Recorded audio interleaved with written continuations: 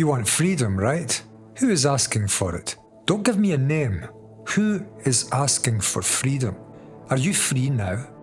Have you ever known freedom? Have you ever felt free in your entire life? Or do you think you understand freedom? Do you look upon freedom as the right to do what you want when you want? Is this truly all freedom is? Then why not grant the dictators the right they seek to freely command your life? A paradox. Are you denying a communist dictator freedom? If so, where is your demand for freedom satisfied in this broken society? Is freedom limited and extended only to a certain few? If freedom is limited, can it still be named freedom? Is freedom truly only doing what you want to do? Do you feel free in life? Do you feel free inwardly? You can be honest here. No one is listening. Is this a free world? Has this ever been a free world? Is the psychological inner structure of humanity a free structure? Are you free when you inwardly suffer repeating depressions, pains, fears, anxieties, trauma, hurt, and inward agonies? Are you free when you are driven inwardly aggressively, self-seekingly towards a hungered after desired object, person, or personal selfish gain? Are you free? And what is it that demands freedom in life? What are you? How can you be free when you do not even understand at root what you are? Need this not be understood before one even speaks of freedom?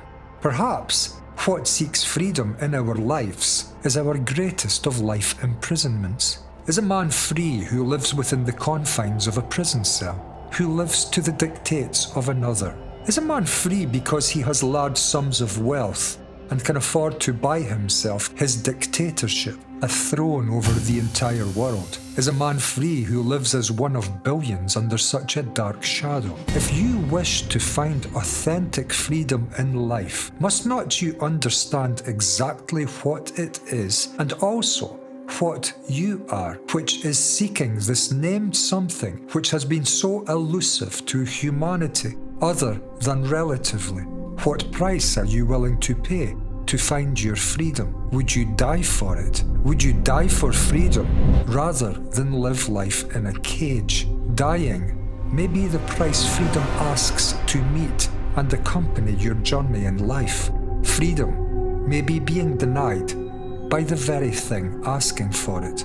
You live life in a cage. You are surrounded and enclosed in a world of images, thoughts, words, and pictures. A collection of symbols arising from past recorded experiences, playing out constantly inwardly in a symbolic form. This is your psychological cage. This is also what you are this day. You are this inner construct of a conceptual prisoner of sorts, a suffering, isolated human being, detached from the rest of the universe behind an inner symbolic wall of remembrances 10 feet thick. And you are the cage itself, which confines your inner sense of self. This talking bag of fears and pleasures, anxieties and desires is part traditional in nature and part educational.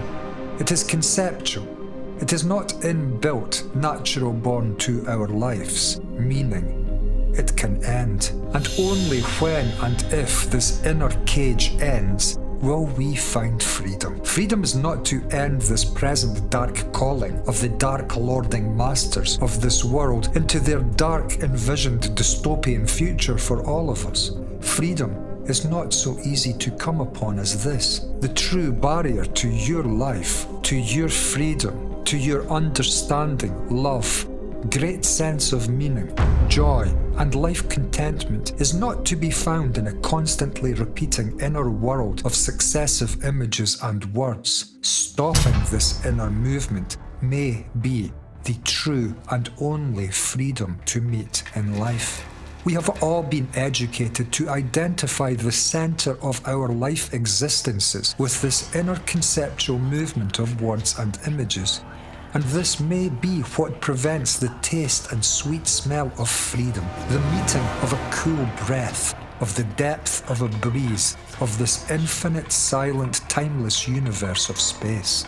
A mind rooted in conceptual living lives repetitively and chronically detached from the real or the true. Of course, you must see this. Images and words are concepts. Life is not a concept. Life is not founded on thoughts. This is the location of humanity's past. The living quality of life cannot come from such dead matter. This inner past, our thinking, is our prison, and society is responsible for placing our lives into this inner prison cell. This was the main purpose of school years, to form an almost impenetrable habit within every child's life of finding his or her quality of life not in the real world in front of the senses, but in a conceptual world of words and images behind the eyes. A great reset of a century past, instigated by none other than a previous global elitist seeking also to engineer society, John D. Rockefeller. The Great Reset is a continuity of such elitist social engineering and simultaneously an outer manifestation of this inner dictatorship we sacrifice our lives to daily, obeying the God of days past, for thought, which orders and commands our lives, arises from memory. Life is never found in the past. Dead things exist there, long forgotten to the truth of life in front of our eyes, yet unseen. Life exists just on the outer edges of our inner walls of thinking. We are all alone in this mad world, and we are not free this day.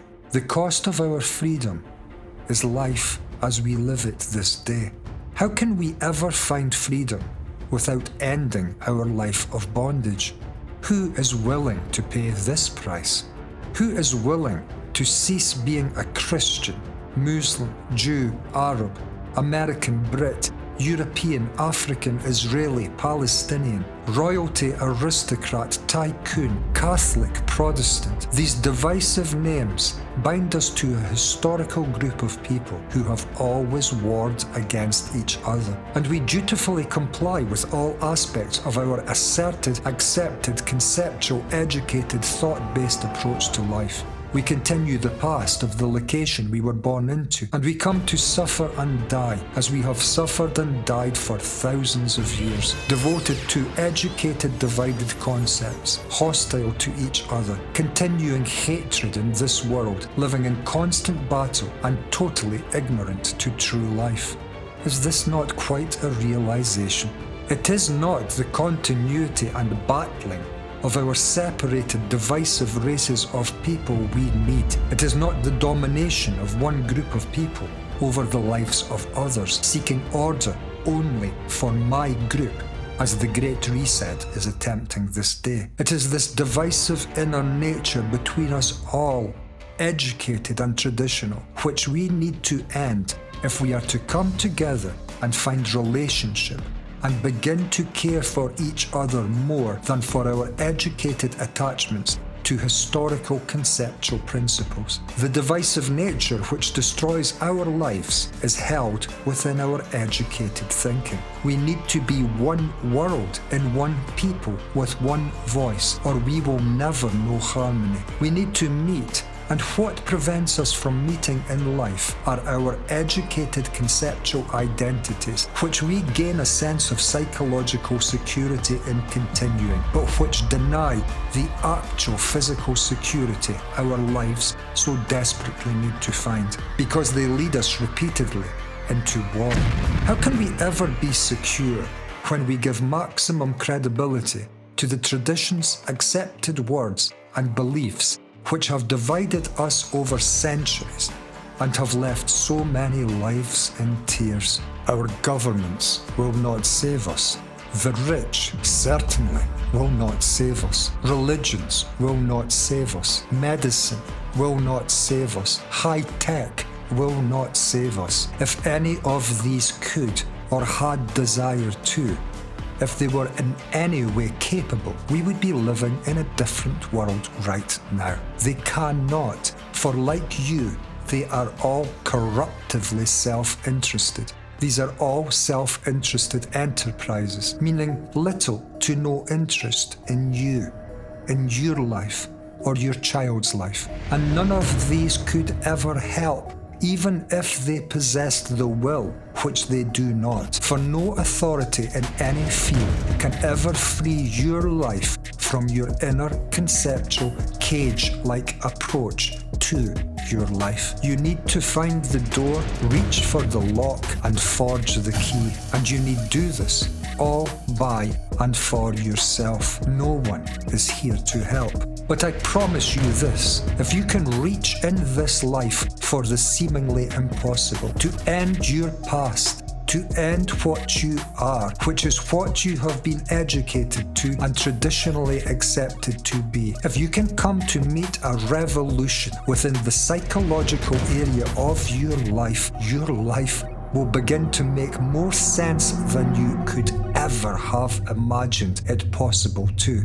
But beyond this limited superficiality, a far more beneficial event is taking place. Constantly seeking to improve upon the unimprovable has ended. Self has ended, meaning self-interest has ended, meaning corruption has ended. Time has ended as a self-interested pursuit, meaning our minds are free now to look at this day, to act in the field of where we find real and true life, now removed from the constant obedience to living within conceptual memories. Clear vision of life is restored to the brain, likely for the first time since childhood, and seeing now takes the lead in action, and thought comes to find its correct place as memory, where life always intended. The past never was the correct driving force for our lives. John D. Rockefeller thought so, but he held other visions than the beauty, order, relationship, understanding, life and death, which come to be met by a mind truly alive. This world today is a deeply divisive world, with each division seeking its own power over every other. We will find true power, but not in the domination of one group by another. We will find our true power together, when all our psychological learned imaginary historical divisions have ended. The living ground of our every division in life is our educated thinking, which means our thinking is the beginning area of every war. This is our problem, our communal problem. This is your problem as well as mine. This is a bigger problem than this self-righteous, arrogant Great Reset, because this inner movement of memory, which corrupts our lives and relationships, is what is responsible for the Great Reset in the first place. Thinking fractures our lives at the altar of isolated, educated, self-interested becoming. The Great Reset is nothing other than a branch on this tree of a human corrupted movement of thought. Me before you, us before them. Self-interest. The human self is a concept, an educated concept, identifying with a nation, religion, class, wealth, social position, and ideology. Are you a name? A name is nothing other than a sound. A word given to you is what you have become.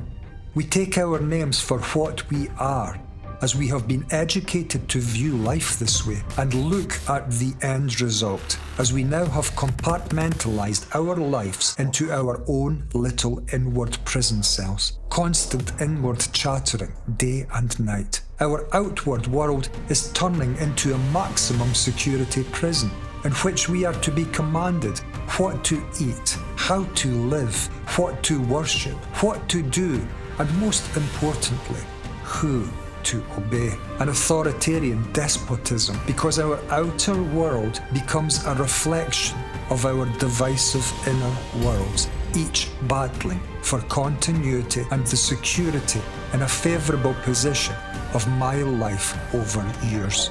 This is the inner psychological movement which must come to end, and this can only happen if thought can end, for thought is in perpetual repetitive continuity, and the totality of this movement of inner thinking is divisive between us all. Would you give your life for freedom? Or would you continue on this downward spiral into a world conceptually perfect, ordered and disciplined, clean streets and well-medicated citizens, saluting statues of the privileged, born into the right family as we pass them by? Thinking is automatic. These are words pointing at something very dangerous to all our lives, because thinking is automatic and divisive between us, and so historically hating between educated groups we are all still living as today. It's a sobering thought. Can we achieve the impossible? Can we die to the past? Because the past is what is dividing us. What we find security living as this day is what we have found security living as over centuries. And this is what is killing our race. Concepts. Educated identities. The past is only memory. And this is what is killing us. Concepts. This is what we are. And we each live as different memories, and we each war over these different memories. Are you interested in bringing peace to this world? Truly interested, deeply interested? Then you must learn what it means to die. Freedom is never found in the old, and our thinking is a continuity of the old. Freedom is found only when the old ends. Unless a man be born again, he cannot enter the kingdom of heaven. Unless a man let go completely of his past and live life anew, we will never know anything other than great resets.